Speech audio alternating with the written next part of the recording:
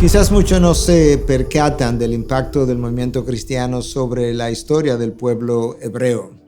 La realidad es que cuando tú lees la historia secular de manera paralela con lo que la Biblia dice, esto es como se dio. Había todo un movimiento, toda una historia ocurriendo con naciones seculares y al mismo tiempo había otra nación, la nación hebrea que Dios estaba dirigiendo, desarrollándose de manera paralela.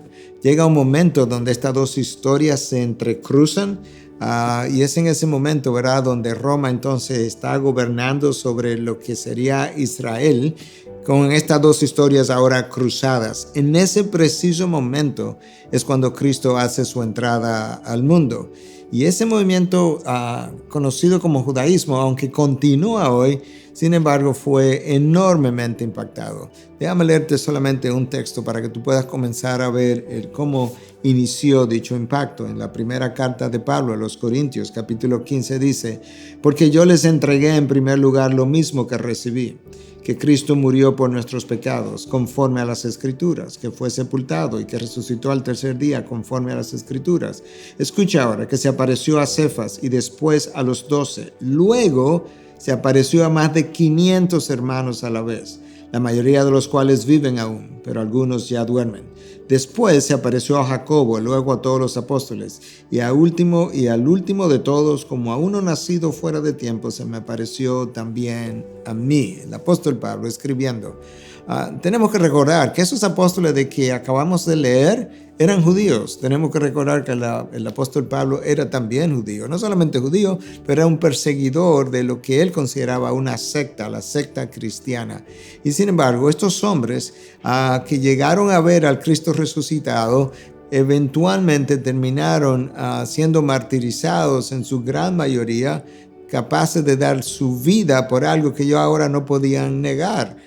Y eso es donde comienza la transformación del movimiento judío. De hecho, la misma palabra de Dios atestigua, y la historia secular también, que sacerdotes judíos comenzaron a pasar a la fe cristiana. Y estos hombres que tenían cientos de años siguiendo costumbres, siguiendo la ley de Moisés, haciendo sacrificio todos los días, sacrificios que nunca lograron calmar la conciencia del pecador, como dice la palabra de Dios.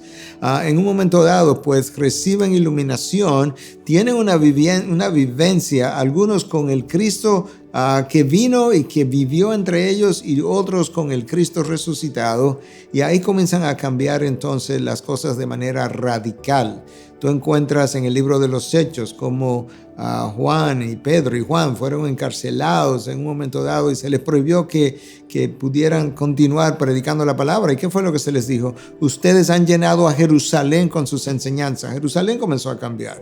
Y tú sigues más adelante y lees acerca de Samaria, y el evangelio llegó a Samaria y dice que Samaria se llenó de gozo. Samaria comenzó a cambiar.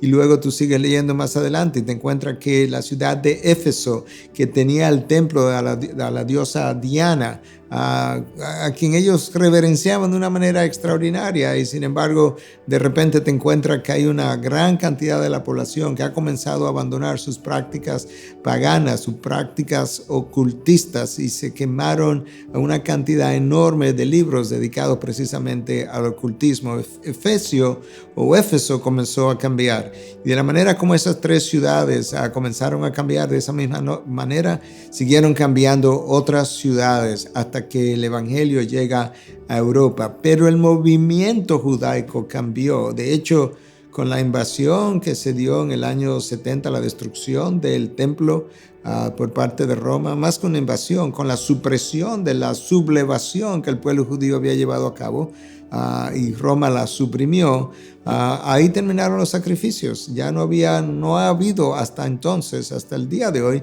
no ha habido más sacrificio que llevar a cabo. ¿Por qué? Porque el Cordero de Dios que quita el pecado del mundo había venido, había hecho su aparición, había llenado a la perfección la ley. La ley queda atrás, fue determinada obsoleta, considerada como obsoleta de acuerdo al libro de Hebreos capítulo 8, y ahora entonces habría un nuevo líder que seguir, que había sido anunciado por cientos de años antes, y el movimiento judío quedó completamente tocado aun cuando permanece en el día de hoy, quedó debilitado en sus prácticas, en sus tradiciones por la ausencia del templo.